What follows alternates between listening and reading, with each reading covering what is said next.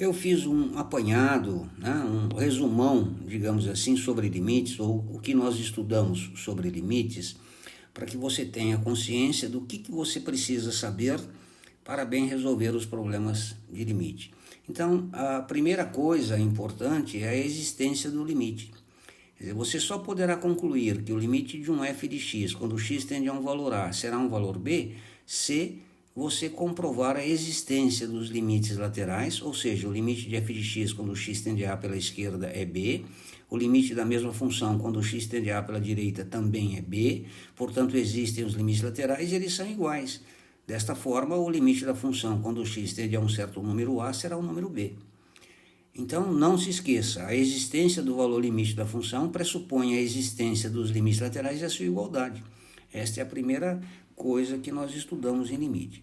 A segunda, né, embora talvez não tenha sido explicitada, mas é implícito que o limite é único, ou seja, se o limite de uma função, quando x tende a um certo valor a pela direita, é b, e o limite da mesma função, quando x tende a um valor a, é c, obrigatoriamente este b será igual a c, ou seja, o limite, se existir, é único.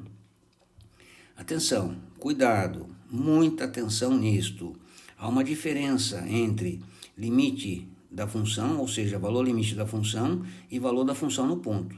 Embora ambas as entidades matemáticas trabalhem com função, são ideias distintas. Lembre-se que o limite, ele trabalha na vizinhança do ponto, ele não se interessa pelo ponto, mesmo porque muitas vezes o ponto, né, não se define. Naquele ponto a função não se define. Por quê? Porque o ponto não pertence ao domínio da função.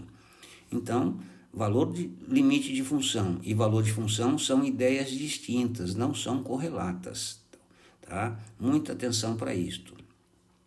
O quarto item importante é a determinação das retas assíntotas. Lembrando que a assíntota é a reta para a qual uma curva, claro, uma função, tende sem jamais alcançá-la. Né? E nós temos regras que nos permitem encontrar as assíntotas, tanto vertical quanto horizontal, caso existam. Nem todas as funções apresentam assíntotas. Né? E como é que nós vamos encontrar isso? Nós vamos esboçar o gráfico no ponto de descontinuidade, ou seja, para aqueles valores que não são admitidos no domínio. Aí nós acharemos a assíntota vertical. E na horizontal é o valor limite da função quando o x tende a infinito. Então está lá. A assíntota, né, no caso horizontal, será a reta y igual a b, se ocorrer limite da função quando o x tende a mais ou menos infinito for o número b. Aí você tem uma assíntota horizontal. O x igual a a será uma assíntota vertical se ocorrer o limite da função quando o x tende a mais ou menos infinito. Então, uma das quatro possibilidades aqui ocorrendo já caracteriza o x igual a como uma assíntota vertical. E não se esqueça, o a é aquele valor que não se admite para o domínio da função. Então, para isso, você estuda o domínio da função.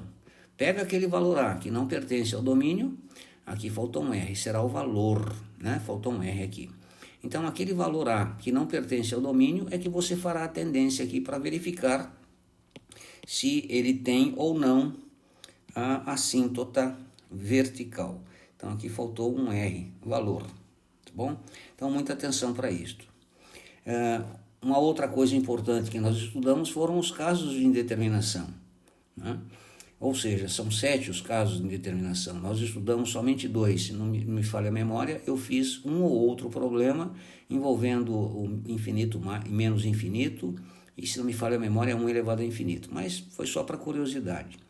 Então, para que nós calculemos ou levantemos a indeterminação de um limite, você tem que considerar o tipo de função e o tipo de indeterminação que isso gerou, né? Isto é importante, tipo de função e tipo de indeterminação, não se esqueça, né? E uma coisa muito importante, atenção na parte algébrica, ou seja, nas continhas.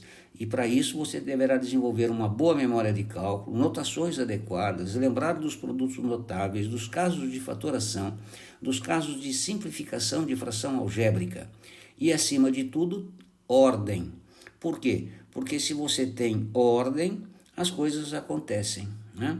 E você fica feliz, e eu também, tá certo? Então esta aqui é uma primeira parte, para que não fique muito longo o vídeo. No próximo e último vídeo sobre limites, eu continuo com o resumão que eu preparei para vocês.